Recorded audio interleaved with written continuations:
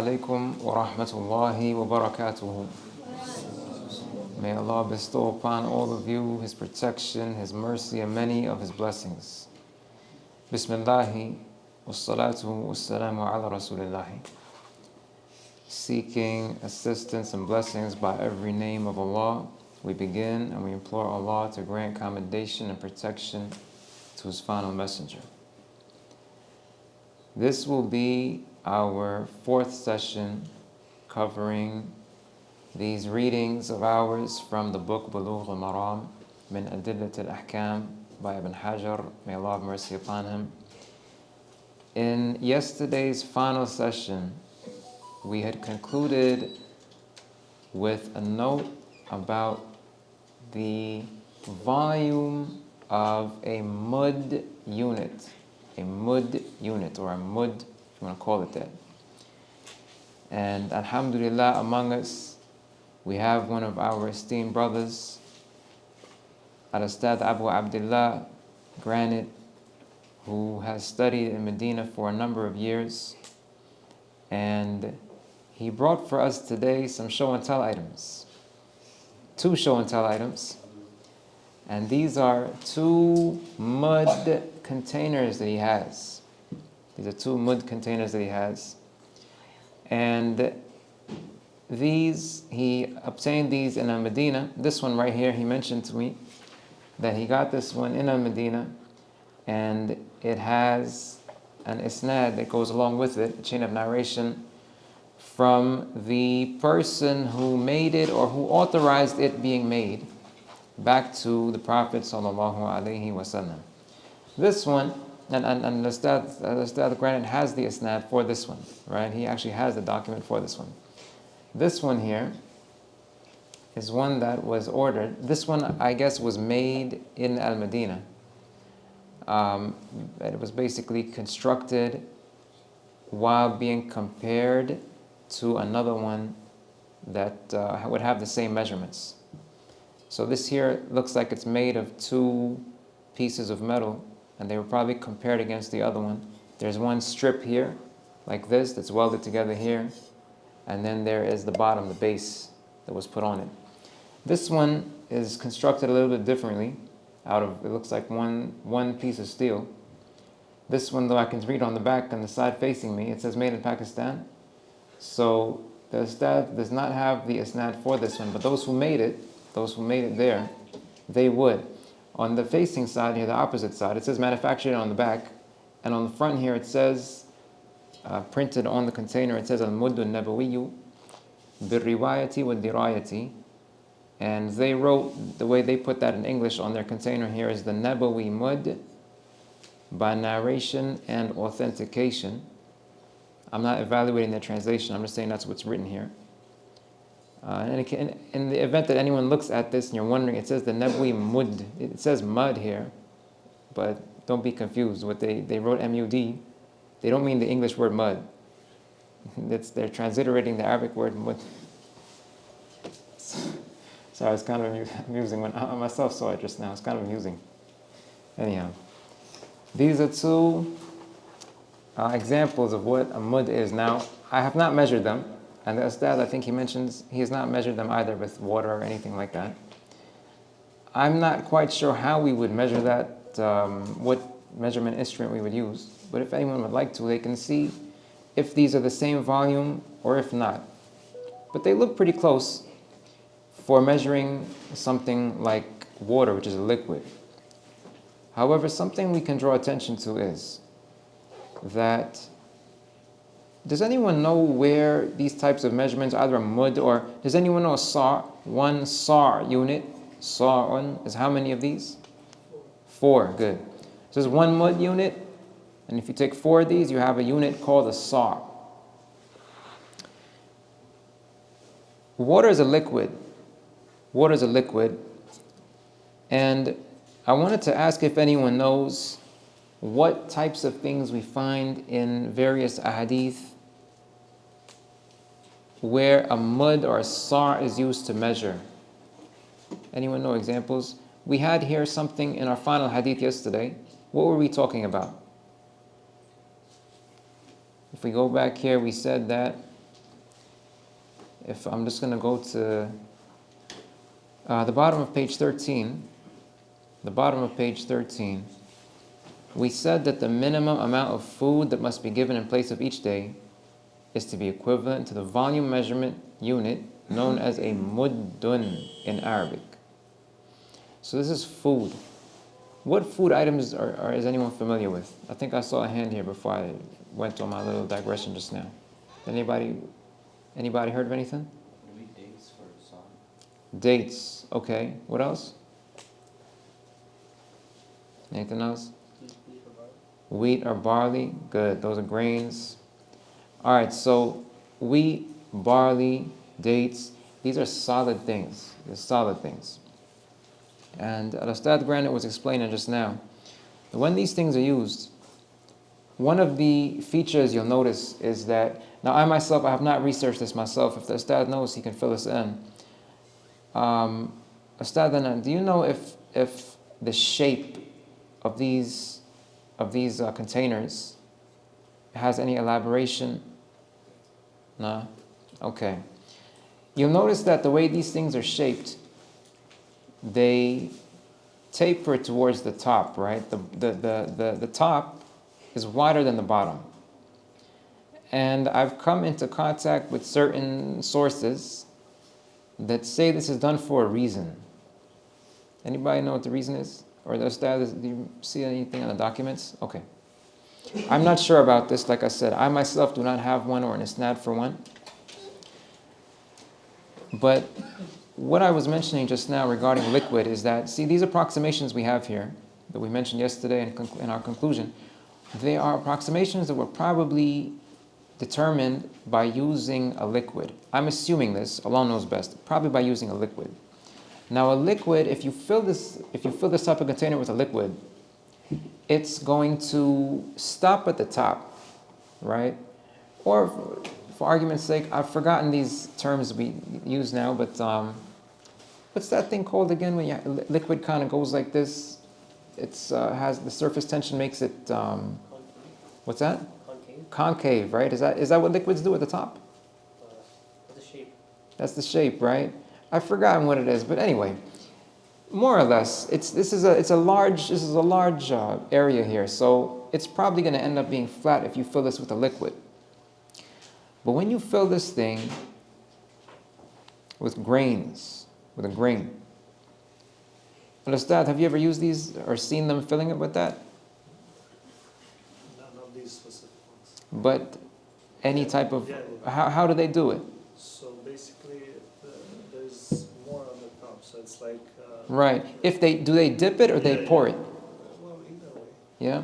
Okay, so what you do, right, is if you dip this into something and then you bring it out and you kind of shake it.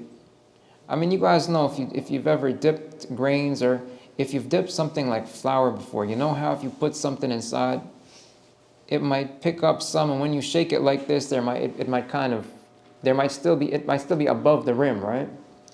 So grains can be like that. And another way it could be done too is if you have the vessel and you sort of pour something into it, what happens is that because of this shape, there will be a tendency for there to be a bit of a heap up top and excess to flow down, right? There'd be a heap, sort of a bit of a mound, and excess would fall off. So what I recall from some sources is that this was done so as to be generous when measuring, so that you don't, I don't know, everyone's exposure is different, but I remember when I was still younger, maybe before I came to Toronto, I can't remember exactly now. When I was still in grade school in New York, I think there was a little bit of exposure we had there of measuring like some cooking ingredients, I think. And I remember from a young age, when you measure cooking ingredients, what do you normally do? Anyone know? You guys cook, right? Yes. Come on, man. You take a cup or, you flatten. Yeah, right. You always kind of you measure and then you go like this, right? It's got to be exact. They teach you to do that. That has its reasons. I'm not saying it's wrong, but that's the tendency. You have something and you want to measure it, you make sure you measure and you make it exact. You got to wipe the top flat. And maybe they even tell you to take a flat surface and level it off, right? So you really ascertain that it's flat. There's no more than what you put inside the container. So these things, again, Allah knows best. This is what I can recall. Maybe I'll make a note of this to look into a little bit more, inshallah. But I recall for having come in contact with a source before that mentioned that due to the shape, there will be a tendency for a mound to form on top when you pour something in, and the excess will fall off. And what stays in it is what you give. What stays in is what you give. So you've kind of given a little bit more with a perspective or an attitude of generosity and giving. And Allah knows best. All right, this is what we want to say in brief about our two show and tell items, courtesy of Al-Ustad Abu Abdullah, Hafidhahullah Ta'ala. Ustad, do you have anything else you'd like to add about these? All right. Okay. And if anyone wants to come for a closer examination, that's at his discretion. We don't want anybody get, you know what I mean? They make sure you don't do anything that will change the volume. Don't handle them too roughly. All right. No, I'm just kidding, but take the Ustad's permission first, inshallah. Okay, now we're gonna resume today from Hadith number 548. 548. This one says, عن أبي هريرة, this is page 15. عن أبي هريرة رضي الله عنه قال جاء رجل إلى النبي صلى الله عليه وسلم فقال هلكت يا رسول الله قال وما أهلكك قال وقعت على امرأتي في رمضان فقال هل تجد ما تعتق رقبة قال لا قال فهل تستطيع أن تصوم شهرين متتابعين قال لا قال فهل تجد ما تطعم 60 مسكينا قال لا ثم جلس فأتي النبي صلى الله عليه وسلم بعرق فيه تمر فقال تصدق بهذا فقال أعلى أفقر منا فما بين لابتيها أهل بيت أحوج إليه منا فضحك النبي صلى الله عليه وسلم حتى بدت أنيابه ثم قال اذهب فأطعمه أهلك. Abu Hurairah, may Allah be pleased with him, narrated that a man came to the Prophet sallallahu alaihi wasallam, may Allah mention him with commendation and grant him protection, and said, Messenger of Allah, I am ruined. He asked the man, what ruined you? The man replied, I had intercourse with my wife in the daytime during Ramadan. He asked the man, do you have the means to set a slave free? The man replied, no. He then asked the man, is it within your ability to fast for 2 consecutive months? The man replied, no. He then asked the man, do you have the means to feed 60 needy people? The man replied, no, and then sat down. Later on, 1 araq, we'll talk about that word in a bit, 1 araq of dates was brought to the Prophet, may Allah mention him with commendation and grant him protection, and he told the man, give this in charity. The man said, am I to give it in charity to someone poorer than myself and my household? Between these 2 black mountains that mark the boundaries of Al-Madinah, there is no household in more need of it than mine. The Prophet, may Allah mention him with commendation and grant him protection, then laughed until his cuspid teeth showed, and he told the man, go and feed your family with it. Go and feed your family with it. This hadith mentions Ramadan, and it mentions something that breaks fast. This is one out of the four things that we talked about. Intercourse during the daytime. Now, in this hadith, we find three options mentioned. Actually, I'm sorry, before I continue, there was just one item I forgot to mention. For those who want the electronic copy in the event they don't have it, the short link for it is tiny.cc/bmfast. tiny.cc/bmfast. For those who would like a copy of the text that we're reading and discussing. Okay, now, regarding the man's statement, yes, so we were saying here we have three things. One was setting a slave free. Next was fasting 2 consecutive months. Next was feeding 60 needy people. These are the ways that a person expiates for having broken fast in the daytime during Ramadan in this manner. These are the three ways that expiation has to be given.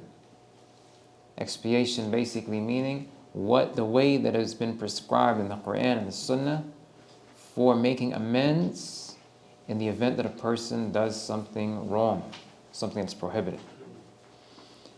Here he said in the daytime during Ramadan, we have a note about that saying this is understood to mean that his act was done willfully and that he was aware of the prohibition. It was willful, it was intentional, it wasn't forgetful, it was willful. And the second element here is the man knew that what he had done was wrong. Right? These elements have to be in place before a person can be required to give expiation in the manner described. So here, the Prophet ﷺ asked the man those questions. The man replied no to all of them. All of the options, he did not have enough, or he didn't have the means to do any of them. So it says later on, one araq of dates was brought. So in araq, we said here that a large woven basket made from palm fronds. Palm fronds. You guys know what those are, right? Yeah? The palm fibers, the leaves? The leaves, yeah, it's the leaves. Fibers is an interesting word because it's good that you mentioned that. Does anyone know, maybe you've heard of a hadith where it mentions that the Prophet ﷺ, he had a pillow or a cushion, it was kind of stiff, and it was filled with, anyone know what the Arabic word is? No? It was, there's a word in Arabic, it's called leafun, leaf. Not L-E-A-F in English. I'm not talking about that, we're talking Arabic right now, okay? So fihi leafun, leaf, lam, ya, fa. And I think sometimes those are called palm fibers. But does anyone know where those fibers come from? They're from the trunk. The trunk, that's right. They're from the trunk. If anyone has ever seen, I don't think this is specific to date palm trees. I think other palms might have them too. So around the trunk, many times on some types of palm trees, you kind of cut off the branches of them, so they kind of have these emerging stumps that are basically the ends of branches that hadn't grown. And around those, there's a sort of thing that grows there, and it can be taken off. It's a fibrous sort of thing. Fibrous meaning it has lots of strands. It has lots of strands. So these things can be used in various ways by peoples who make use of them. Different types of peoples in different parts of the world, they use these things because of their availability. So I think, I'm not exactly sure, let me make a note to check this out too. Fibers. I think that fibers is a word that's used to not limited, it's not exclusive, but I think fibers are sometimes used to that thing that's around the trunk. So we use the word fronds here to make it clear that what we're talking about is the leaves, the leaves. It's not talking about the stuff that grows around the trunk. So this type of basket, if we want to call it that, It's weaved from the leaves of a date palm tree. And its volume is 60 mud units. 60 mud units. That's 60 of these things. Alright? 60 of these is called one araq. Muddun and sittuna muddan. Sittuna muddan equals araqun wahidun.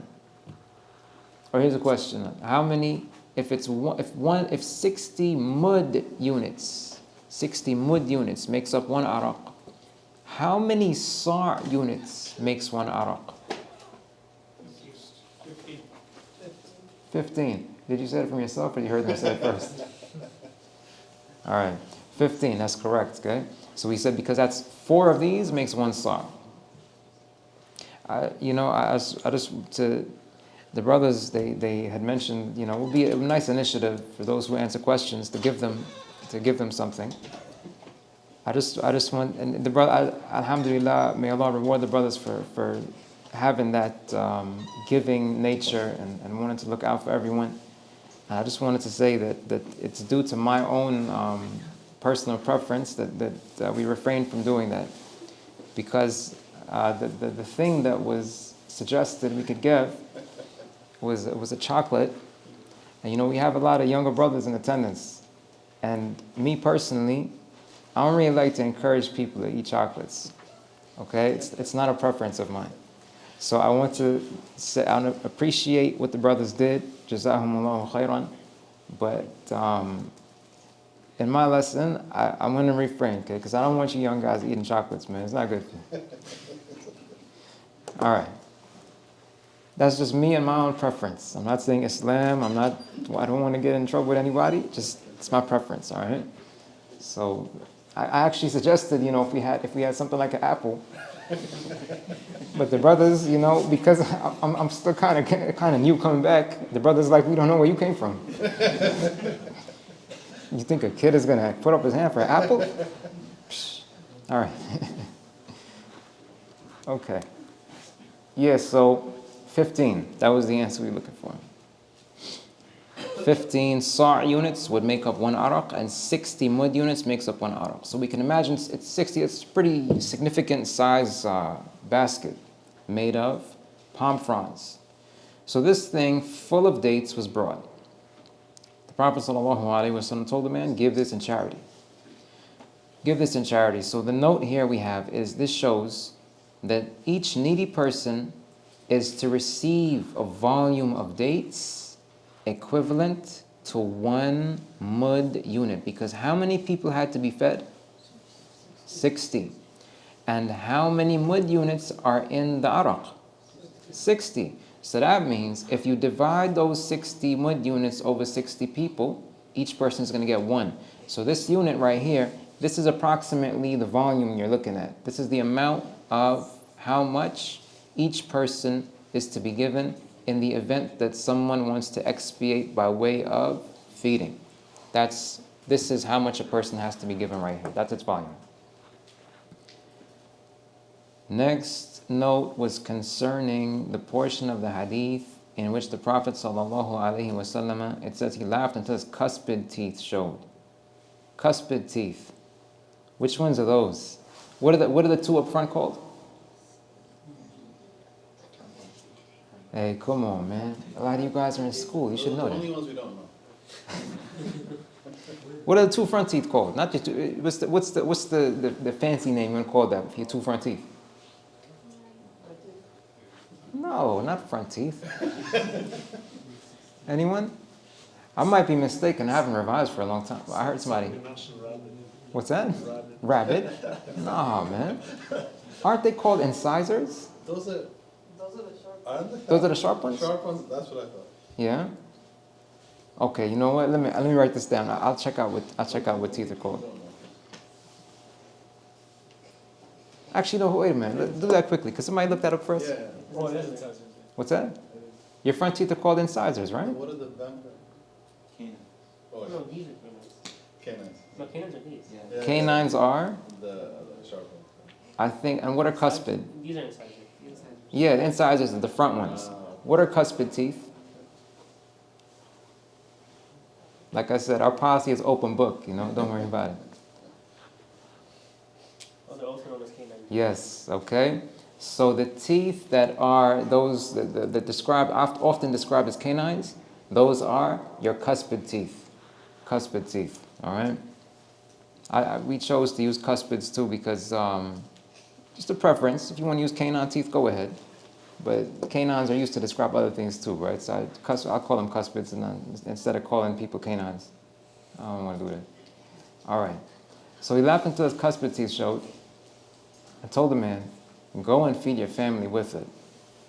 So we said here, this hadith shows that the expiation for intercourse during the daytime in Ramadan is to be given according to the order mentioned. Number one, if the first expiation is feasible, what was the first expiation? What's that? Freeing a slave, good. If that's feasible, it must be given instead of the second or third. If the first, freeing a slave, is not feasible, but the second one is, what was the second? 2 consecutive. Fasting 2 consecutive months, good. If that one's feasible, instead of the first, do the second. So we said the second must be given instead of the third. What was the third? Feeding 60 needy people. Good, feeding 60 needy people. So if you can't do the second one, you move to the third.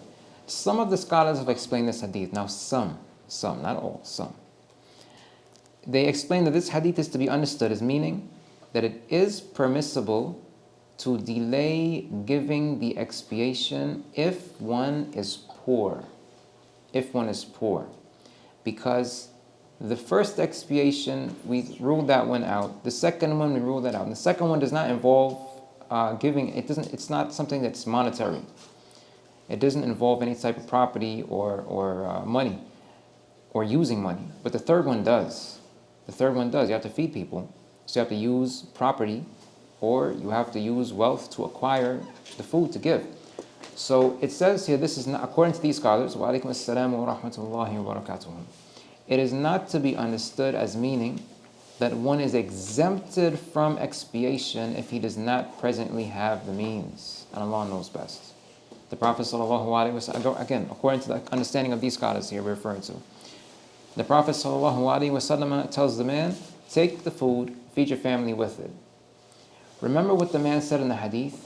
And this is really something important. We might read this and kind of, maybe we might take it lightly, but think about what this man said. The man said, am I to give it in charity to someone poorer than myself and my household? Right?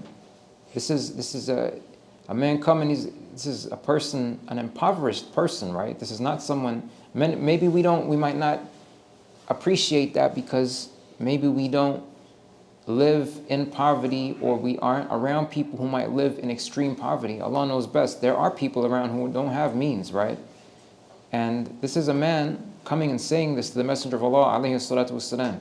He says, I'm ought to give it in charity to someone poorer than myself and my household, right? Then he said, between these two black mountains that mark the boundaries of Medina, there's no household in more need of it than mine. What are the two mountains here? Anybody know? No chocolates involved, just Safa and Marwa. It's a good guess, but you know what? Those two, they're in Mecca. We want in Medina. One of them Uhud? No. What's that? I couldn't make that one out, but not quite. Anyone? I don't know if it's like mountains or like it has been referred to Hirra because Medina has two Hirra around it. So Harratani, na'am. Or Labatani. Labatani, yes. Good. They have names. I have no idea. Anyone? One of them is called Ayrun. One of them is called Ayrun. And the other one is called Thawrun. Right. That Thawrun is different from Thawr in Mecca that was involved during Hijrah. That's a different thing. And so these are the two mountains that are mentioned in the Sunnah that mark the boundaries of Al-Madinah, mark the boundaries of Al-Madinah. And we describe them as being black mountains because the nature of the rock there, in some time in history, Allah knows best, but that area was, right, it was an actively volcanic area. So the rock formations that are there in part of the western coast of what's currently Saudi Arabia, that area there are some mountains and rock areas where the rocks are black due to what they have been formed from.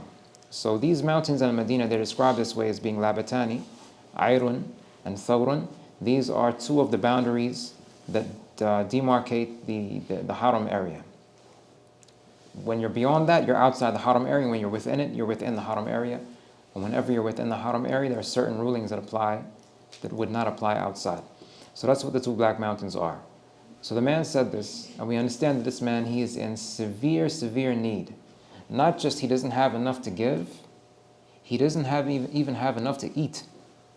So the Prophet ﷺ gave the man this food and told him, go and feed your family, right?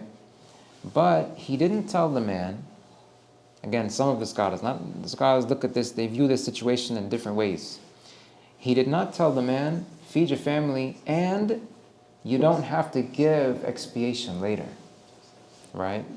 That's not mentioned here. He didn't say that here.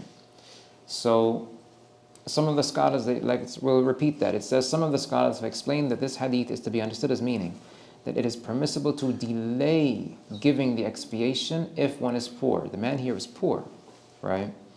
So how some scholars understand this is, if you don't have the means now, that's okay. But it remains your responsibility to give this when you do have the means, right? This is one way scholars view it. So that, according to them, this hadith is not to be understood as meaning that one is exempted from expiation if he does not presently have the means. And Allah knows best. Some scholars say you are. They understand it that way. They say, well, here, the man was told, go feed, and that's it. So go feed, no expiation, move on. So there are different, like I said, there are different views that the scholars have about this. We wanted to draw attention to this one here. In addition, another authentic narration of this hadith. Now this is something we brought up yesterday, which is using different wordings of the same hadith, or using more than one hadith, if in the case that all of them are authentic, to sort of fill out the picture. What was an example we talked about yesterday? Anybody remember? The hadith was Hasan, no sorry, you mentioned one hadith of Hasan li ghayrihi. Okay. And it was supported by other. We're not so much talking about the authenticity, Right. We're talking about ahkam. From one hadith we might understand something. But when we take a few of them into consideration together, it kind of fills out the picture. We understand something else. The hadith about topic about fasting. About hijama, that's right. Good. So we might have one hadith, we understand one thing, but when we look at other related ones, we see, well, wait a minute. It's not just like that first one we read. So what we wanted to point out here is that there's another hadith, and it's authentic. The reference is given at the end of this note. It says, the Prophet, may Allah mention him with commendation and grant him protection, told the man, you and your household may consume it. You are to fast another day, and you must ask Allah's forgiveness. So here in this narration, this hadith is in Abi Dawud, Sunan Abi Dawud. This one clarifies what took place in this situation. The Prophet ﷺ told the man, you and your family, consume it. So that's consistent with what was in this narration from Bulughul Maram, where it says that, go and feed your family with it.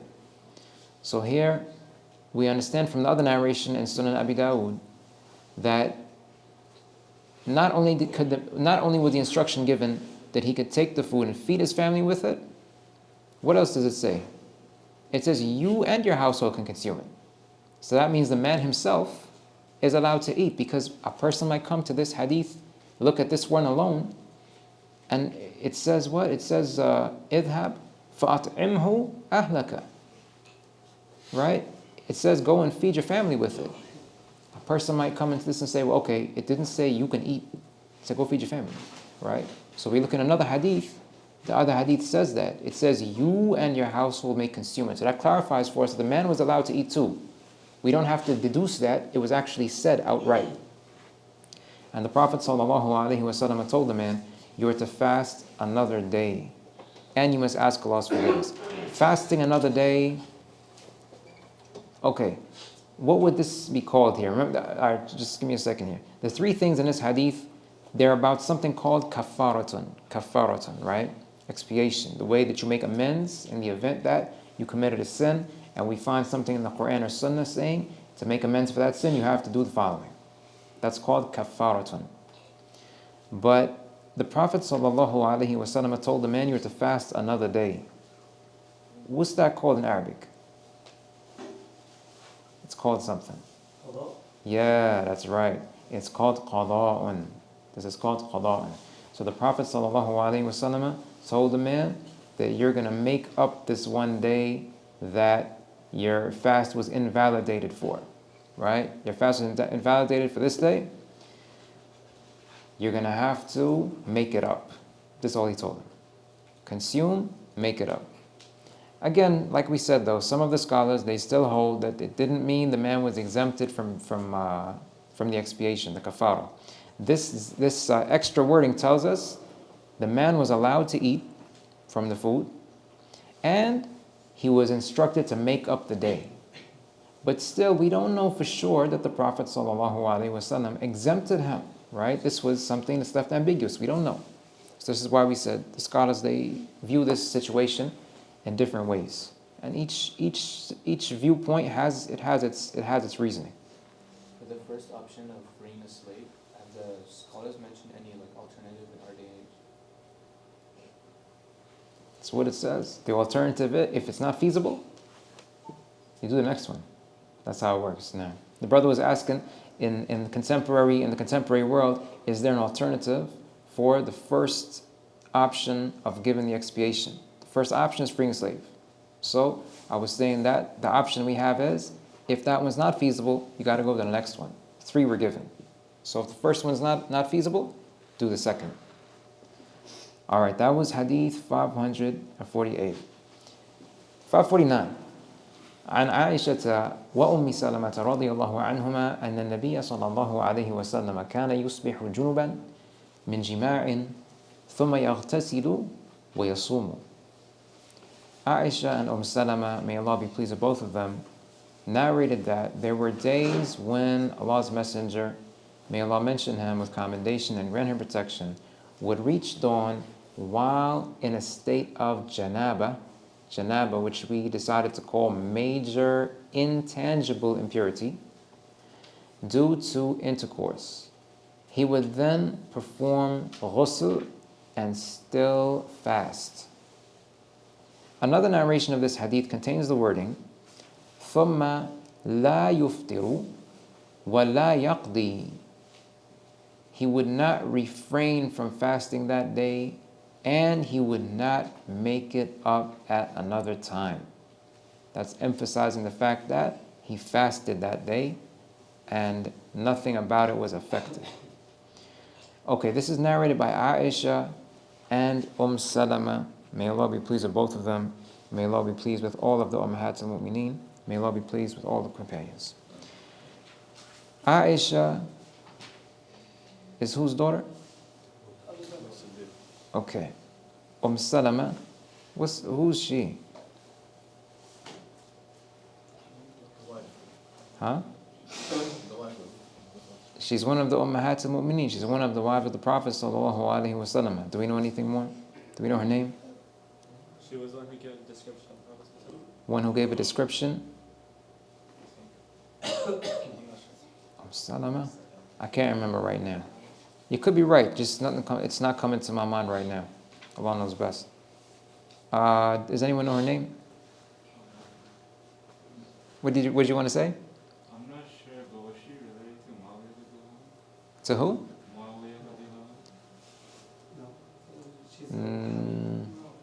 Not that I recall. What were you saying? No, so about Yeah. another believer, what I know that she was like a widow, Okay. We go for Abi Salama, and Okay. she's the one who Prophet ﷺ advised her to make the dua. اللهم أجرني في مصيبتي واخلفني خيرا منها. May Allah replace me with a better man. And she was wondering who can be better than Abi Salama. Right. And then she got married with Prophet The Prophet sallallahu alaihi wasallam. Jazakallahu khairan. What's her name? Is it him? Hind is her name. Bintu man. Hind bintu Abi Umayyata. There is someone, since the brother mentioned Muawiyah, there is someone who's related to Muawiyah that's one of the Ummahat al-Mu'mineen. Yeah, subhanallah. Ramla Ummu Habibata radiyallahu anha. Right. And this is, I guess, something that to think about. It could be for those who realize what words mean. Not as a joke, just to notice how some things. Her name is Ramlatun, or Ramlatu, Mamnu'un min as-sarfi. And Abu Sufyan's name was what? That's his father. Anyone know Abu Sufyan's name was? His name was Sakhrun. Yeah, so her name is Ramla, and her father's name is Sakhr.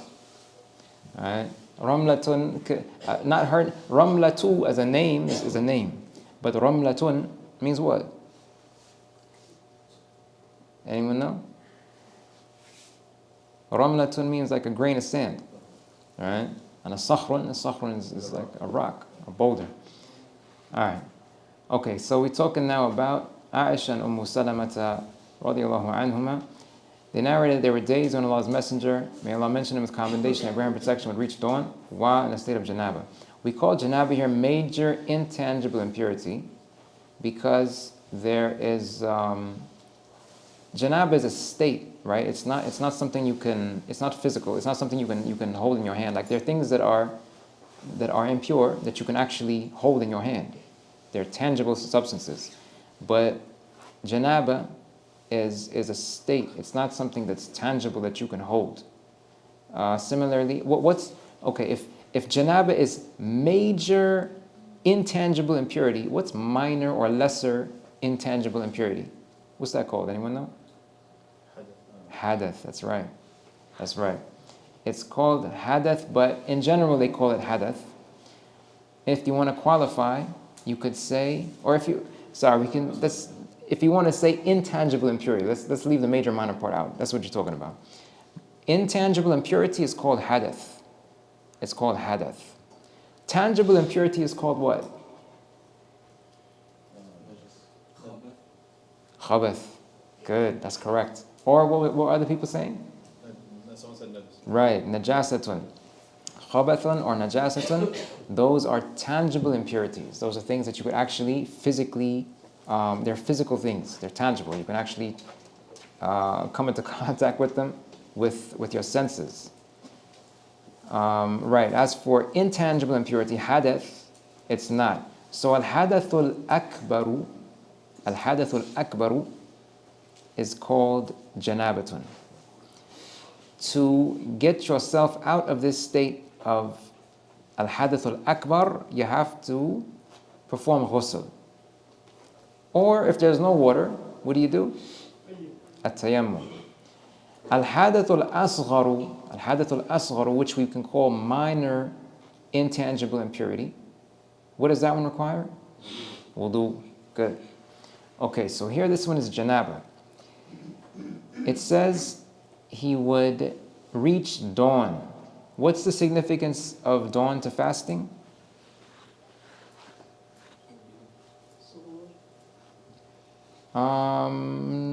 Not quite.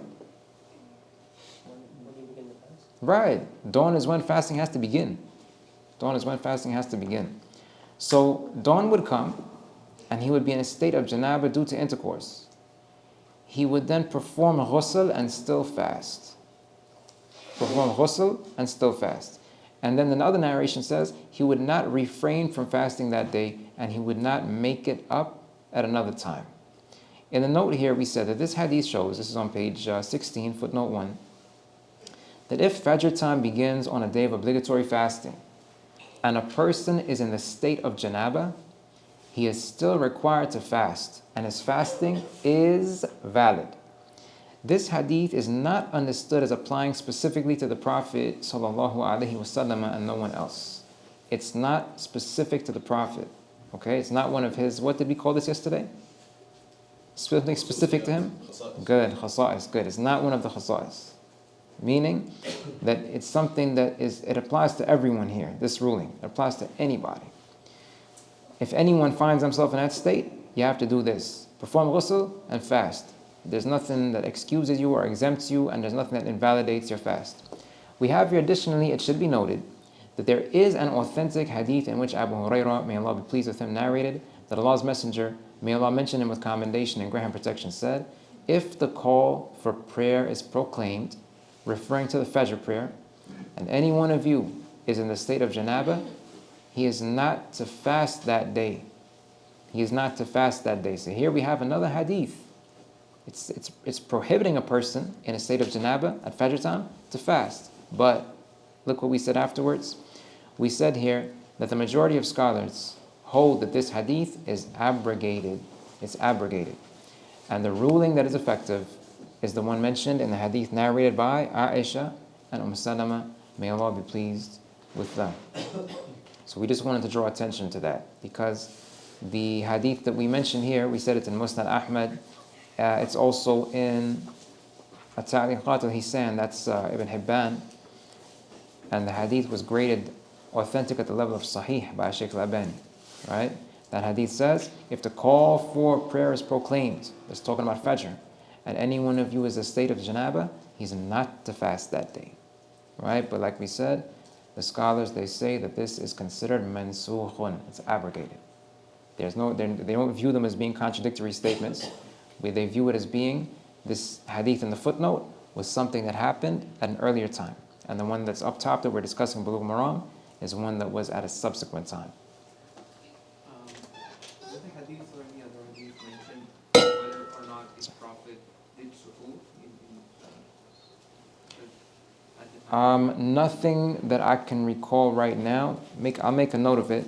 But what we would understand, and Allah knows best, is that he did. He did. Because we have various ahadith that instruct us to eat at that time. Right? So Allah knows best. If we keep those in mind, along with this, we would understand that he was in the state of janaba, but the other aspects that we know from his guidance and teachings, alayhi salatu wassalam, is that he did them. Right? I ask this because, if I'm not wrong, if I'm not mistaken, there's somewhere else it's mentioned that in the state of janaba, we're not able to, we shouldn't eat. It decreases the risk or something like that. It decreases risk, huh? Let me look into that. That doesn't come to... Ustadana, you remember anything about this? Okay. It could be. I'm not saying it doesn't, because I don't know everything. But I'm gonna make a note about that. Hold on, let me write that down. Eating in the state of janaba. Okay. I'll look into this one, inshallah. I'm not sure. All right. Wa jazakum. Okay. Yeah, so we're saying here that the majority of scholars hold this hadith is abrogated. The one effective is the one mentioned here in narration or hadith number 549. Moving on to 550. In this one we're saying now that, or Ibn Hajar rahimahullah in his book Al-Maram said, عن عائشة رضي الله عنها أن رسول الله صلى الله عليه وسلم قال من مات وعليه صيام صام عنه وليه. Aisha, may Allah be pleased with her, narrated that Allah's Messenger, may Allah mention him with commendation and grant him protection, said, if someone passed away while having any outstanding obligatory fasts, his guardian is to fast on his behalf. If someone passed away while having any outstanding obligatory fasts, his guardian is to fast on his behalf. We said here that the guardian, what a guardian refers to, is any relative of the deceased. Any relative of the deceased. Regarding this hadith, we said this hadith shows that if the guardian fasts any outstanding days of obligatory fasting on behalf of the deceased, that is sufficient to fulfill the obligation.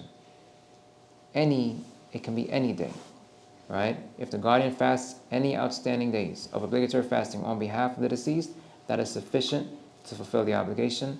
It does not have to be at a specific time of year. The day does not have to be a specific length. It's something that is left general. So this is something we understand from this hadith. And this is something that should be kept in mind as well. We should all keep this in mind for those who are around us, especially if we're in the situation of having to be caregivers to anyone who is elderly and stuff like that. This is a ruling that should be kept in mind. Now Ibn Hajar has a section heading. He began by Kitab al-Siyam. He mentioned a set of hadith. Now he puts a section heading and says, Babu sawmi tatawwu'i wa ma nuhiya an sawmihi. Section about optional fasting and days on which it is prohibited to fast. Section about optional fasting and days on which it is prohibited to fast. A minor detail I think I'll just draw attention to here.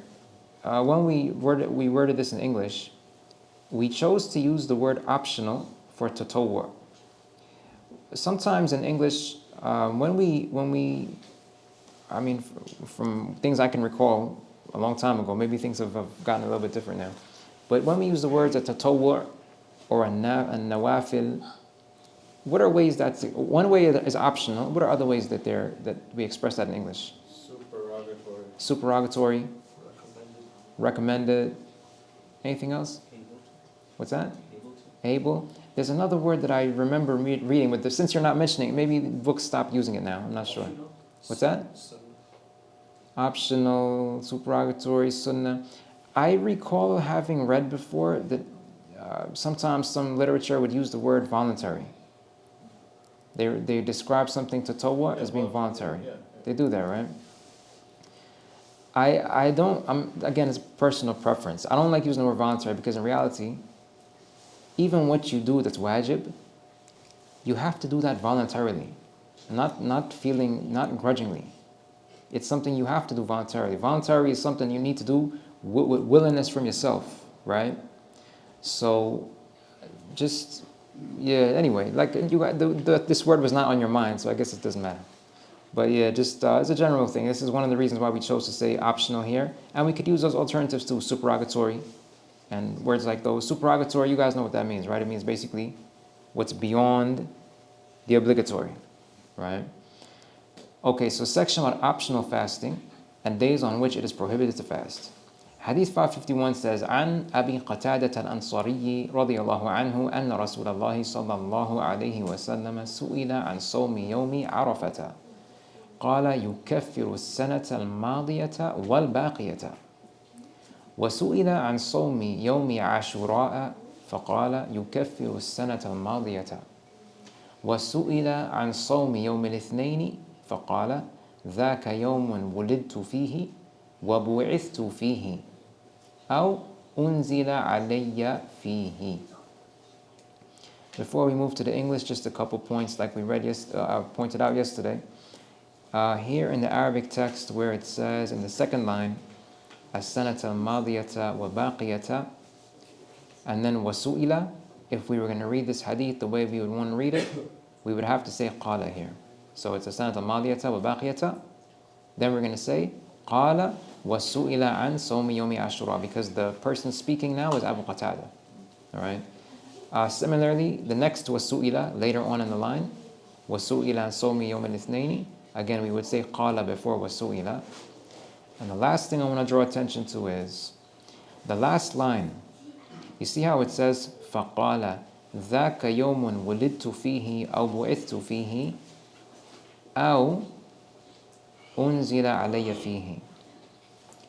Here, when we read this أو is not the Prophet ﷺ saying أو. Sometimes if you guys, maybe you've come into contact with this before, when an Arabic book is being used, they might say something min al-rawi. Anybody ever seen a phrase used sometimes? I'm trying to pull out what you might see in a sharh of a hadith when the word aw is mentioned like this. an Arabic sharh. There's a phrase that the scholars use sometimes. Alaykum as-salam wa rahmatullahi wa barakatuh. What's that? Zada, not this one. Ziyadatun, not here. This one, they would say, shakkun min al-rawi. Shakkun min al-rawi. That means that the aw here, why they say that is because it's not the Prophet ﷺ who said, ذَاكَ يَوْمٌ وُلِدْتُ فِيهِ وَبُعِثْتُ فِيهِ أَوْ أُنزِلَ عَلَيَّ فِيهِ. It's not him saying aw. Rather, what it means is, it could be Abu Qatada, or it could even be someone lower down in the chain than Abu Qatada. Not the Sahabi, but the Tabi'i, or maybe someone after. And what we say here is, the way we read this, is we would say, ذَاكَ يَوْمٌ وُلِدْتُ فِيهِ وَبُعِثْتُ فِيهِ أَوْ قَالَ أُنزِلَ عَلَيَّ فِيهِ. Ustadana? And this nuskha says wa unzil. It says what? Wa unzil alayhi. Really, huh? Okay, so there's 3 waws in yours. Yeah. I see. Okay, let me make a note of that one. 551. 551. It has a wa. So it says fihi wa unzila. Wa unzila alayya fihi. Okay, jazakallahu khairan. We'll look into this. This brings up something too, which is, I used the term yesterday, and also it's on the cover of that book too. I'll just grab it here quickly. Actually, Ustadana, can you see on top of Halaq's name, what does it say he did on the cover?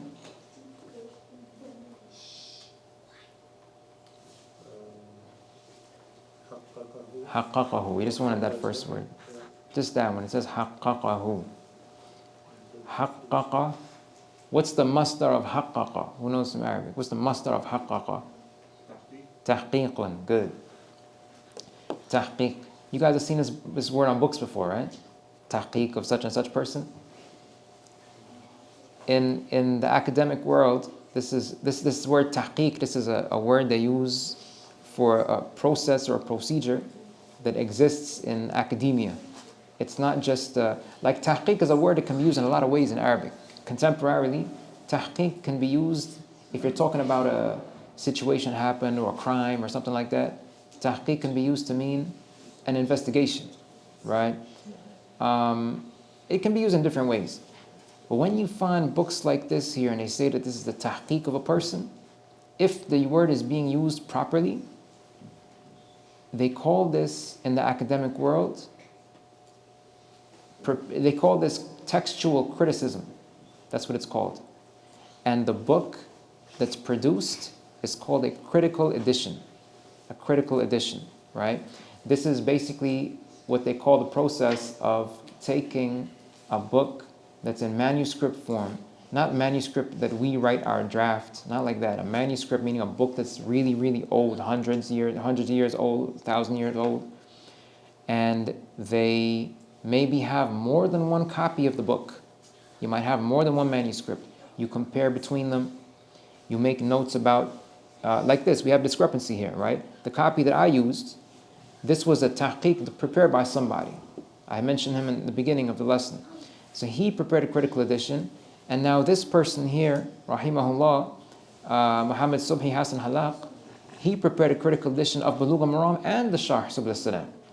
So if that's not a typo from the people who put the book together, this means that the copies he used actually had a wow instead of the word aw. So this is something we'll look into, because that does have bearing on the meaning. So anyway, I'm mentioning this because when we use books that have a tahqiq, because the purpose of them, if done properly, because people, they do misuse the word. But what that basically means, like we said, if anyone wants to look this up, you can look into a process that's called textual criticism. I think in academia they have something called higher criticism and lower criticism or something like that. There are details and stuff, but this is what that means. And the person who prepares a critical edition is generally called an editor.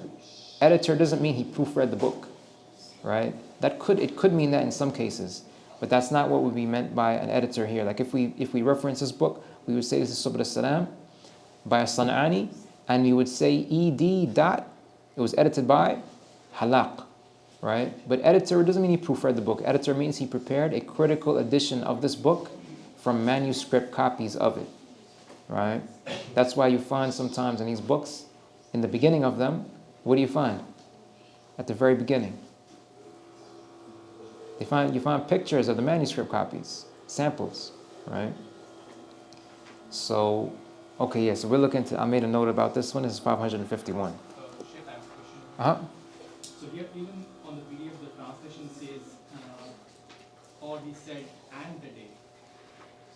But in the Arabic here, it's aw anzala as. Shouldn't be aw wa anzala wa anzala. The reason why I wrote and here is because that is that what's meant here is, he said, okay, we're saying here, we're going to say, based on the Arabic wording that I used in my handout here, right? Based on this one. That's a replacement for wulidtu fihi wa. Now what comes after the wa? It's either bu'ithtu fihi or wa unzila alayya fihi. Do you get what I mean? Meaning wise, it would be more accurate to say al, right? Because they are the same. بعثت فيه بعث بإقرأ. So it's the same thing. أنزل عليه. So it's the same, it's referring to the same event. Right. It's referring to the same thing here, but what I was trying to get to with Ron the brother's question is why I put, okay, let's read we'll read the English first, and when we get to that, I'll talk about it right there, inshallah. The English says, Abu Qatada Ansari, may Allah be pleased with him, narrated that Allah's Messenger, may Allah mention him with commendation and grant protection, was asked about fasting the day of Arafah, and he replied, fasting it is expiation for the year before it and the year after it. That's 2 years. He was also asked about fasting the day of Ashura, and he replied, fasting it is expiation for the year before it. That's 1 year. He was further asked about fasting on Mondays, and he replied, that is the day on which I was born, and the day on which I was commissioned as a prophet. Or he said, and the day when revelation was sent down to me. The brother's asking here about the word and in the middle of that bottom line. Or he said, and the day when. What I was trying to clarify is, this and here basically, you see in the second line where it says, on which I was born, and the day on which. The quote at the end is meant to be a replacement for, and the day on which I was commissioned as a prophet. It replaces that whole thing. That's the idea here. All right. Now, Al-Ustad Gran is pointing out here that these two phrases, their meanings are essentially the same. Right? That's what you're trying to point out just now, right? They're essentially the same. So what is being, again, like we said, we have to look into this a little bit more to see whether copies of Sahih Muslim and other books have aw or wow. But for argument's sake, if the aw is correct here, if the word aw is correct in the Arabic, what this is an example of is precision of the narrator in trying to express what he can remember. He's saying that because, like we said, bu'ithtu fihi, I was commissioned as a prophet, or unzila alayya fihi, revelation was sent down to me. These are the same thing, because Allah commissioning him as a prophet, that happened at the same time when Iqra was revealed to him, was sent down to him, right? So their meaning would be the same. So if that's the case, if the aw here is accurate, what this means is, the person, one of the people in the isnad, he wanted to just be precise when he narrated the hadith. So he's saying, okay, I know that is the day on which I was born. That one I recall. I'm certain about that one. But he either said, and the day on which I was commissioned as a prophet, or he might have said, and the day when revelation was sent down to me. I can't recall the exact wording that I remember, that I memorized to narrate. Their meaning is the same, but I can't remember exactly which wording it was. Right? So this would be an example of the narrator trying to show that he might not remember, but he wants to be precise. So his his Rawi, who he's narrating this to, he's going to tell it to him that way. And that Rawi is going to narrate it similarly to those after him, because one narrator somewhere along the line, he had a bit of a doubt about the exact wording. He wasn't sure about it. But like the Ustad is pointing out, the meaning of these two things, at the end of the day, it's really the same thing. All right? And Allah knows best. Does this shak affect the authenticity of the hadith? Does shak affect the authenticity of the hadith? From a certain perspective, sure, it could. The perspective I was thinking of is, it shows that that Rawi who said this, he's a very reliable person. Because when he comes to a point where he isn't really sure about something, he tells you. So it could be understood to mean that in times when he doesn't do that, if we could identify him, for argument's sake, if we could identify him, when he doesn't do that, it means that what he narrated is spot on. That would affect authenticity. That would make something stronger, right? And Allah knows best. So from that perspective, it could. There could be other perspectives too, but this is one that comes to mind right now. All right. Am I good to read the notes right now? Anything else? Okay. All right. So now, in our notes about this hadith 551, we said that, we said that the day of Arafah, we identified this as the 9th day. I'm sorry, let me check the time. I lost track. We had a lot of digressions so far. We're still good for time? All right. All right, we'll try to pick up the pace a little bit. The 9th day of the lunar month, Dhul Hijjah. That's Arafah. The 9th day of the lunar month, Dhul Hijjah. Fasting is expiation for the year before it and after it. Now, before and after, you think about this for a second. We understand what it is to be pardoned for the sins we have committed. But what is sins you haven't committed, can those be pardoned? This is something that might cross the mind. So the scholars, they say here, one of the ways we wrote here, one of the ways some scholars explain expiation for the year after, meaning the year ahead, is that it means Allah would guide the person so that he does not commit sins in the coming year. This is one of the ways they understand this. Another meaning some scholars have mentioned is that if the person commits sins in the coming year, he would be guided to do what expiates them. Not that he can do whatever he wants and it's going to be forgiven. He does what he's supposed to do regarding his responsibility to Allah. He tries to avoid sins. But this hadith is understood to mean either that Allah would guide him to stay away from sins. That's one understanding. Another understanding is Allah would guide him so that in the event, or we can say for us as human beings, when he ends up committing sins, Allah will guide him to do the things by which he can have those sins pardoned by Allah.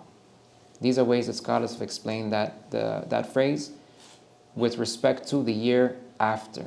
Fasting Ashura, we understand clearly what expiation for the year before is.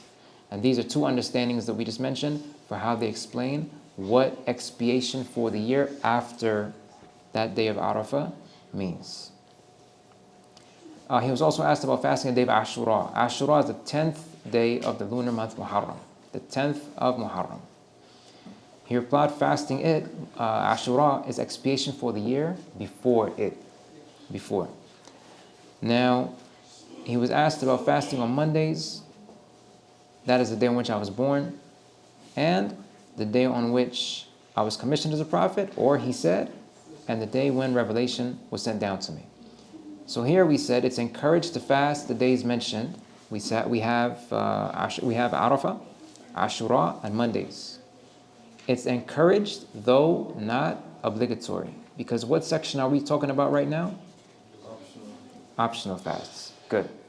Next hadith 552. عن أبي أيوب الأنصاري رضي الله عنه أن رسول الله صلى الله عليه وسلم قال من صام رمضان ثم أتبعه ستا من شوال كان كصيام الدهر.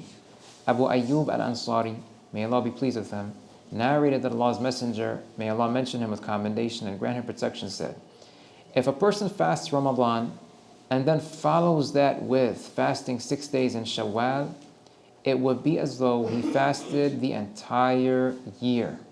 It would be as though he fasted the entire year, Ramadan plus 6 days in Shawwal. We have in our note here, when are those 6 days supposed to be? In footnote number 2, we wrote whether in the beginning, middle, or end of the month, whether consecutive or not.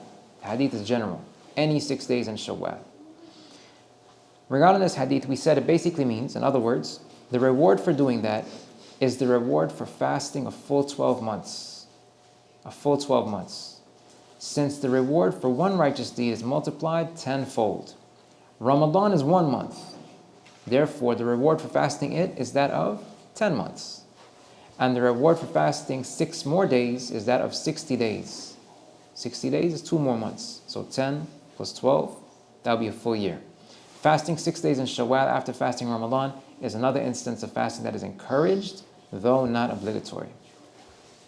Something I'll point out quickly here, though, is that we didn't mention it here, but there are some of the scholars, I think Abdullah ibn Mubarak, if I'm not mistaken, and Allah knows best, but I seem to recall him, but there are some of the early scholars that a view has been ascribed to them when it comes to fasting in Shawwal, and that view is that, because a person could ask, okay, fasting in Ramadan and al-hasanatu bi ashri amthaliha, so okay, we have 10 months.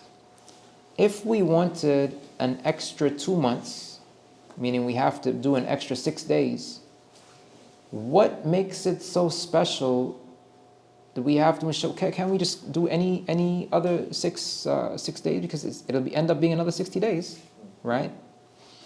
So what some of the scholars mention is that these 6 days in Shawwal, they are at the level of, their reward is greater than others, in the sense that it would be like if you were fasting another 6 obligatory fasts. Ramadan's obligatory. So you have 10 months of obligatory fasting for that. Your reward is 10 months of obligatory fasting. And the 6 that you fast in Shawwal that get added on to that Ramadan, it's like the reward for 60 more obligatory days of fasting, right? This is how they mention, this is one of the views that some of the scholars have mentioned regarding this. So these have a greater reward than the other general optional fasts, which are multiplied 10 times as well, based on a person's intention, based on all various things. But this is one of the things that's mentioned.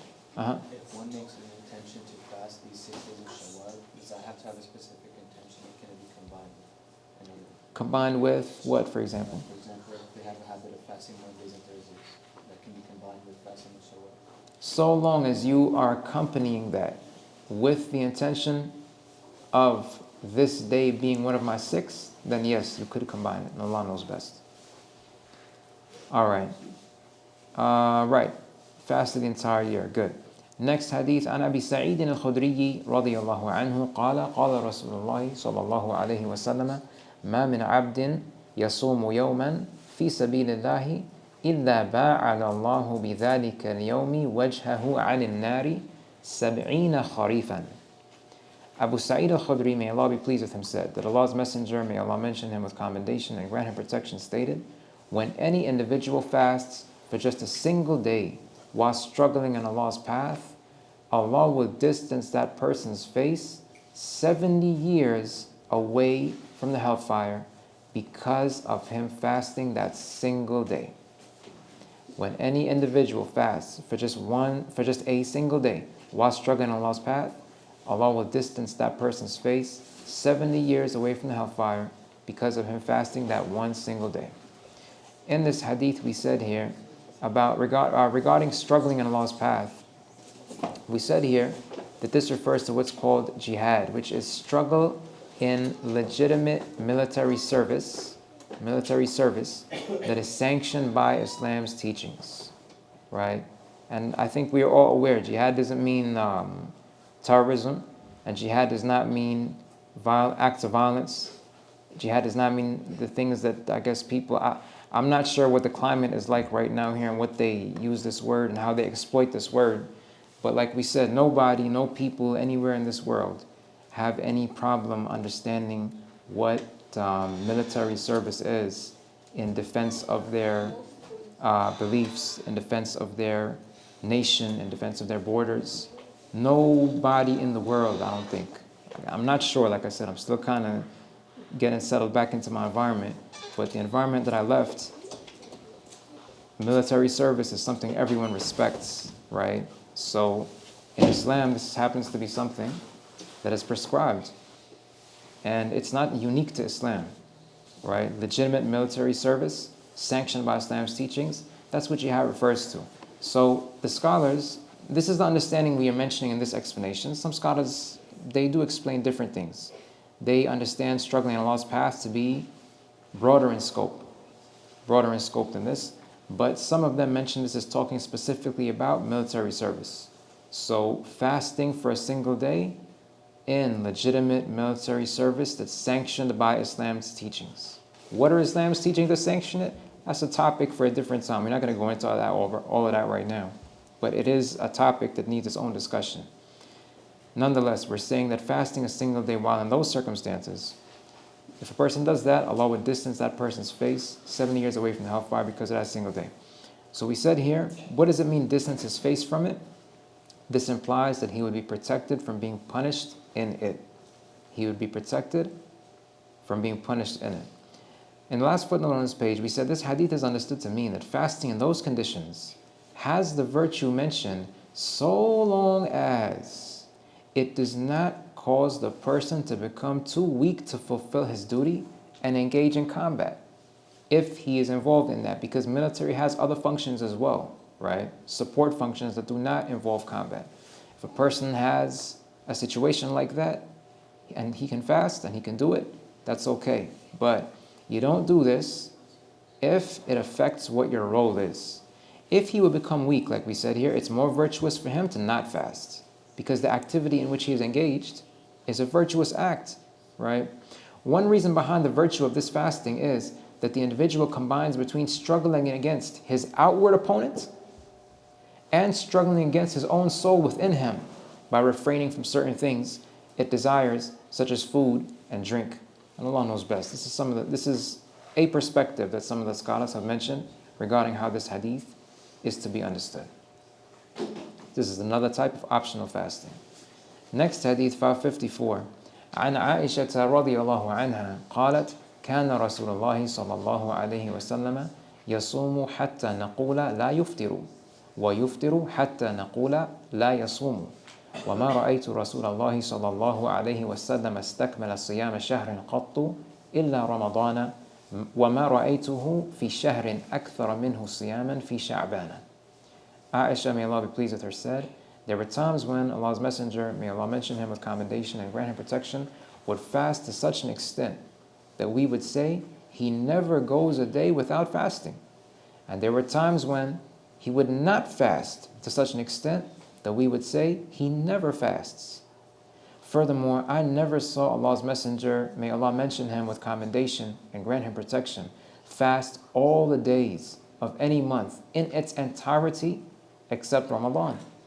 And I never saw him fast in any other month more than he did in Sha'ban. Sha'ban is the month we're in right now.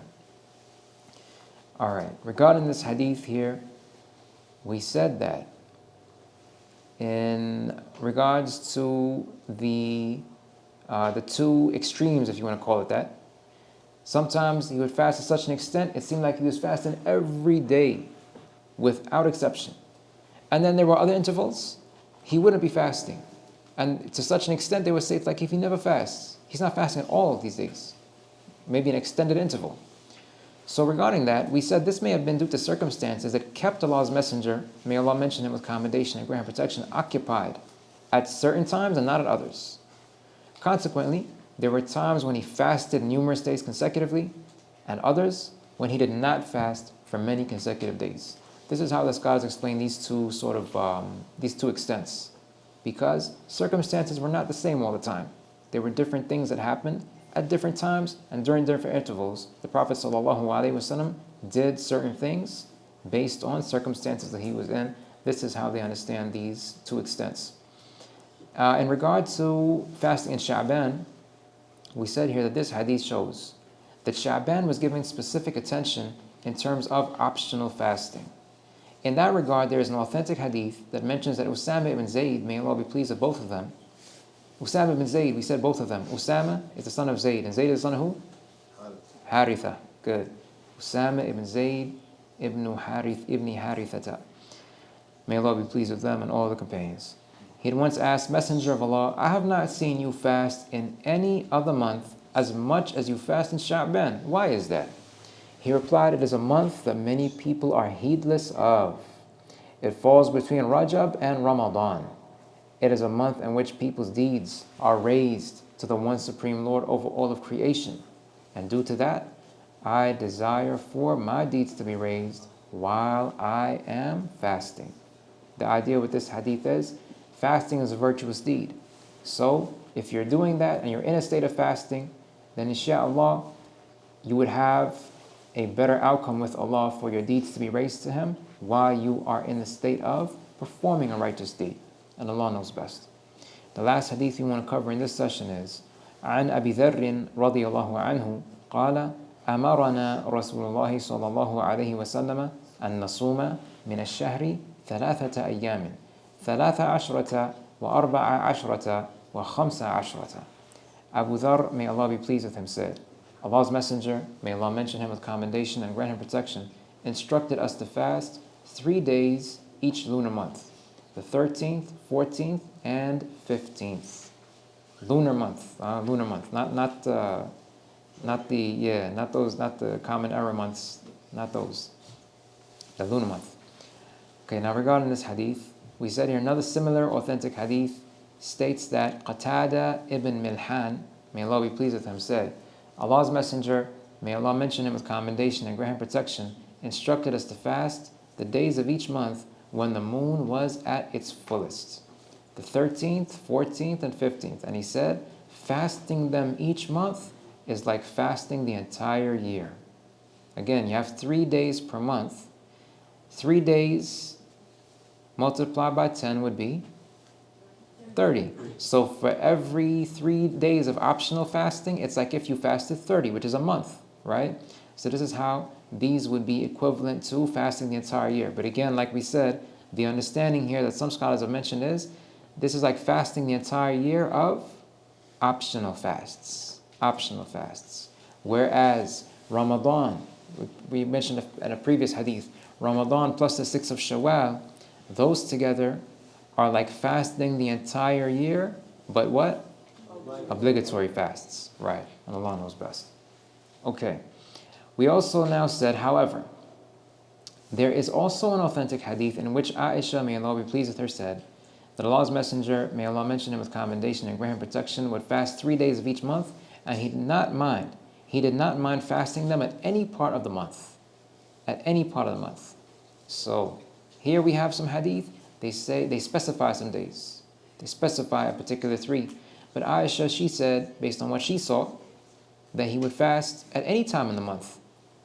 So the way we said here, the way these hadith can be reconciled is by understanding that the most virtuous optional fasting is that which the Prophet, may Allah mention him with commendation and grant him protection, instructed the companions to observe. Instructed. Which aspect of the definition of the sunnah is this one? An instruction is a what? It's verbal. It's a qawl, right? Something the Prophet ﷺ tells them to do verbally. It says here that the most virtuous one is the one that he would have told them verbally, right? That he instructed them to do. As for what was done by the Prophet himself at certain times, may Allah mention him with commendation and grant protection, it may have been due to specific things he had to deal with, which preoccupied him from observing some of the optional fasts that he instructed the companions to observe, and Allah knows best. This is how the scholars put these ahadith together. They say that the ones in which he gave an instruction, these are the ones that take the default, these are the ones that serve as a default, and they're more virtuous. In the event that what he did, his action, the amal, that aspect of the sunnah, that aspect of the definition of hadith that we know, these are the ones that may have had some circumstances surrounding them that caused him to do something different from what he had given a verbal instruction regarding. All right, this is what we wanted to cover. Now, it's we kind of went a little bit long, so I think should we do our review, or everybody want to get up and stretch a little bit? What do we? I heard that. Always like refresh the mind itself. What's that? Q&A always like. It refreshes the mind. Q&A, but here though it's not normal. You see, Q&A. Some people think the cues have to come from you. These Q&A, the cues are coming from me. It's an act of educational behavior, which is the most successful one. Okay. Okay. You guys are okay to sit tight for a few more minutes? No. All right. We can finish this, then we can break. Inshallah. Okay. We have here, what two things, number one, what two things can be inferred about the man in 548 who replied to the question, what ruined you? By saying, I had intercourse with my wife during the daytime in Ramadan. What two things can be inferred about the man? He did it willingly and he knew the prohibition. Good. He did it willingly, and meaning willfully, basically meaning it was deliberate, right? It was deliberate, and he knew it was prohibited. Number two, what order can be found in 548 regarding the expiation to be given for what the man had done, and what was clarified concerning how that order is implemented? The first order was to free a slave, the second order. Right, the first thing in the order, right? Yeah. The second thing in the order was to fast 2 consecutive months, and the third thing was to give one qara for 60 months. Good. So the brother mentions, Jazahullahu khairan, the order is you start with freeing a slave. If you can't, second thing in the order is you fast 2 consecutive months. If you can't, then you move on to the third thing in the order, which was feeding 60 needy people, each needy person getting a volume of 1 muddun. All right. Number 3, in the case where expiation takes the form of feeding 60 needy people, how much is each person supposed to receive? Well, we just answered that. And how does that amount coincide with the volume of the araq that was brought to the Prophet? May Allah mention him with commendation and grant him protection. Do you have your hand up too? You're scratching? Okay. You were supposed to give each needy person 1 mud, and there were 60 muds in the araq that was given to the Prophet. Right, good. So the mud, 1 mud is how much each person is supposed to get. There were 60 mud units in the 1 araq, and you had to feed 60 people. So how does it coincide? What the brother said, each one gets 1. Each person gets 1 of these units. And there's 60 people, and there's 60 of these units in the araq. Number 4, how have some scholars understood number 548 with respect to a person who is poor? Some scholars, again, like we said. They understood that the expiation is delayed, but the poor person still has to eventually pay. Okay, so some scholars understand this to mean that if a person is too poor, he doesn't have what he can give as expiation, he doesn't have to give it right away, but he still has to give it at some point in time. He still has to give it at some point. Number 5, concerning the day of fasting in 548 that was invalidated, what ruling can be understood from another authentic hadith? What ruling can be understood from another authentic hadith? So the person may consume it, and then he has to fast another day, which is qada, and he must ask Allah for forgiveness. Okay, so the things mentioned, did you have something, the person sitting behind, did you have something else you wanted to mention? Same thing? Okay. So the things mentioned were, we said that the person, he was allowed to consume the food that he had to make up the day. He had to make up the day that was missed, right? And he also had to do what? Ask Allah's forgiveness. Just really quick, let me just scroll back up to 548 here. I don't want to scroll away from the answer page. I just wanted to go back to the notes. Actually, no, let me scroll back up here. Just the notes for 548. I just wanted to check if there's another detail that we mentioned here that I don't recall right now. Right. Yeah, okay, no, that was a detail, right, that's correct. Okay, good. Number, let's see, 6. What ruling about obligatory fasting can be understood from 549A and B? The Prophet ﷺ was so be in a state of janaba, but then they also then it's permissible to fast. Good. So Fajr time would come and he's in the state of janaba. But you can still fast and you don't have to make up the day, and it's not invalidating. Being in a state of janaba does not invalidate your fast. Now we said number 7, there is an authentically narrated hadith that says, regarding the Fajr prayer, if the call for prayer is proclaimed and any one of you is in the state of janaba, he is not to fast that day. What was mentioned about how various scholars understand this hadith on the wall? Good. They understand that hadith to be abrogated. That's basically, in a nutshell, how they understand that other hadith, the one that has the prohibition. Then, not the prohibition, but basically telling you your fast is invalidated. You can't fast that day, or in other words, your fast will not count if you do it. But we said that's abrogated. Who is a person's guardian is mentioned in 550? Family. Family, or we said? Relative, good. Same thing.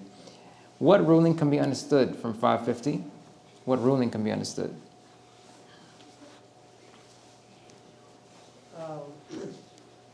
If you pass away and you have obligatory fasts left, then a relative, a family member has to do them for you, has to finish something. And that would suffice in fulfilling your obligation, right? Did you have something else you wanted to add? Over here? No? Okay. Okay, all right. Now we said here, number 10, answer not in lesson, meaning it's not in the handout. We chose to express the meaning of tatawwu as optional in English. What other English terms are sometimes used to express this meaning? We talked about that, right? And is there any difference between them? Try to mention 2 terms. Okay, let's try this again. What's another term? Supererogatory. Supererogatory. Voluntary. Are there differences between these? Voluntarily is like if you want to do something, like you get up and go do it, but supererogatory is like the same definition as optional. Right, it's supererogatory and optional. These mean something that you don't have to. They're sort of beyond the call. But if you do them, that's beyond beyond what's required of you. And like the brother mentioned, voluntary is something that has to do with how willing you are to do something. So like we said, you need to be willing to do everything in Islam. Obligatory, optional, regardless. If so long as you have an instruction, you have to do this with willingness and love for Allah and hope for Allah is with Him, hoping that He will accept it from you and that would protect you from being punished and so on. These are things you have to have within you, and you always need to have that willingness, regardless of whether the thing is optional or obligatory. So that voluntary thing you have within you, that applies all the time. Allah knows best. Number 11, what is the date of the day of Arafah? 9th of Dhul Hijjah. What does 551 say can be attained by fasting that day? Expiation for the previous year and the next year. Expiation for the previous year and the next year. Okay, so the year prior to it and the year that follows it. What explanations were given for the meaning of expiation for the year after it?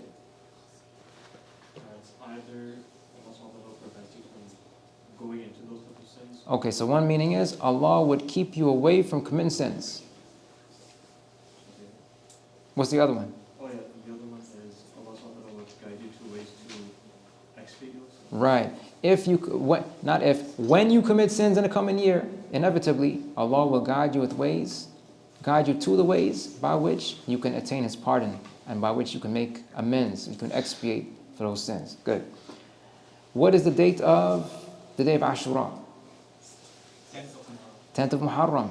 What does 551 say can be attained by fasting that day? Expiation for the year before. The year prior to it. Good. What explanation was given for how fasting Ramadan and following that with 6 days in Shawwal is equivalent to fasting for 12 months? What explanation was given? You said that Abdullah bin Mubarak perhaps said that the 6 days of Shawwal, as every deed in Ramadan is, or every deed is righteous deed, or every righteous deed is multiplied to at least 10 times. Then if Ramadan is equivalent to 10 months, then the 6 days are equal to 60 days, which make up then 12 months, and that is 1 year. That is one explanation. Right. Good. So Ramadan is 1 month of obligatory fasting. If a righteous deed is multiplied by 10 times, you have 10 months.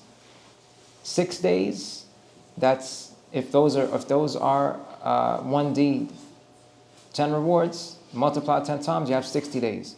So 60 days, 2 months, you have 10 months plus 2 months, that's 12 months. And we said, according to one of the explanations given, that that's like fasting the entire 12 months of obligatory fasting, and Allah knows best.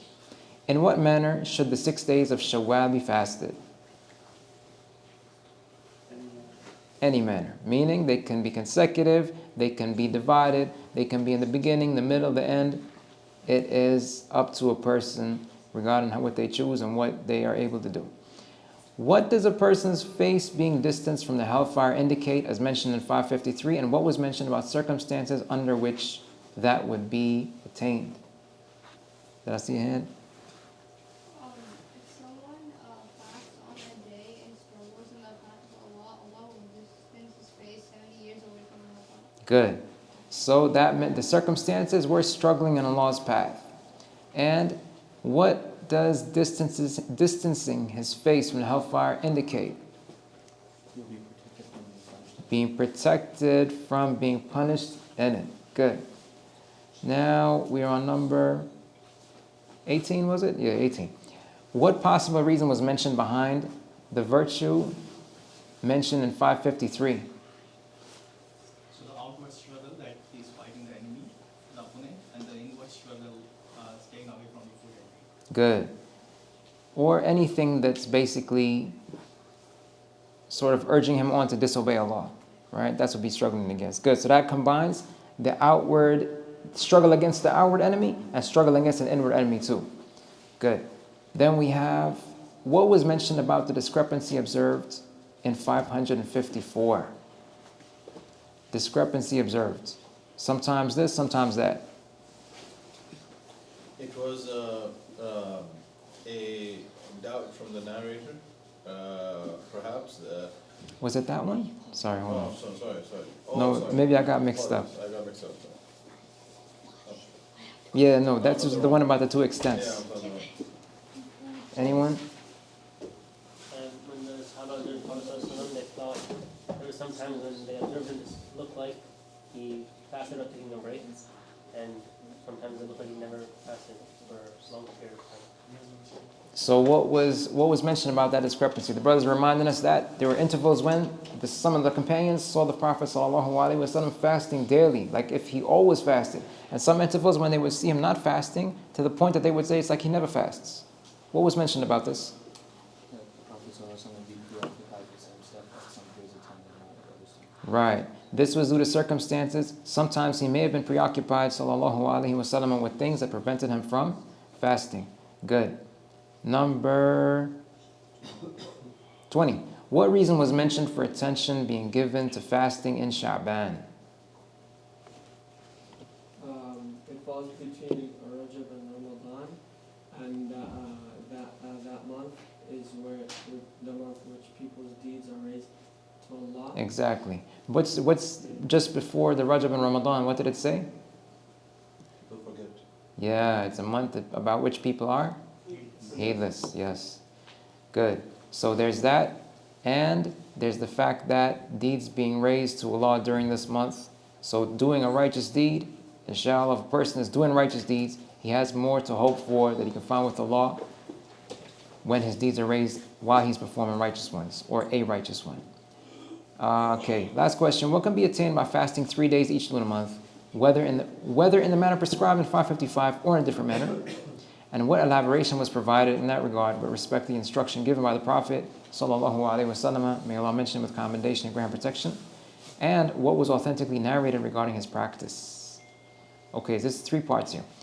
What can be attained?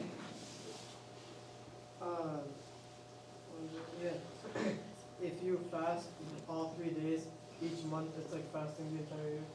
If you fast all 3 days? If you fast 3 days? 3 days. Okay, 3 days each month, it's like fasting the entire year. Because fasting 3 days, you'll be rewarded as if you fasted 30. Good. So 30, that's a month. If you do that each month, it's like you have 12 months in the year. All right, what elaboration was provided in that respect with regard to the instruction given, and what was authentically narrated regarding his practice? What did we say about his instruction?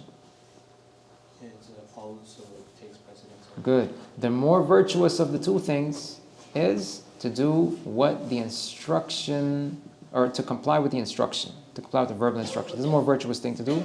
What was authentically narrated regarding his practice? Regarding his practice, the Prophet ﷺ, Aisha narrated that there were times, or that he did not mind which part of the month he fasted, right? But we say that we have these two things. The more virtuous thing to do was what the instruction said, all right? There may have been reasons that caused him to do otherwise. Sallallahu alayhi wasallam. May Allah mention him with commendation and grant protection. We'll pause here for a little bit and we will resume. We'll let you know when we resume. We'll say dakhala dars and we'll come back inshallah. Okay. سبحانك اللهم وبحمدك أشهد أن لا إله إلا أنت أستغفرك وأتوب إليك والسلام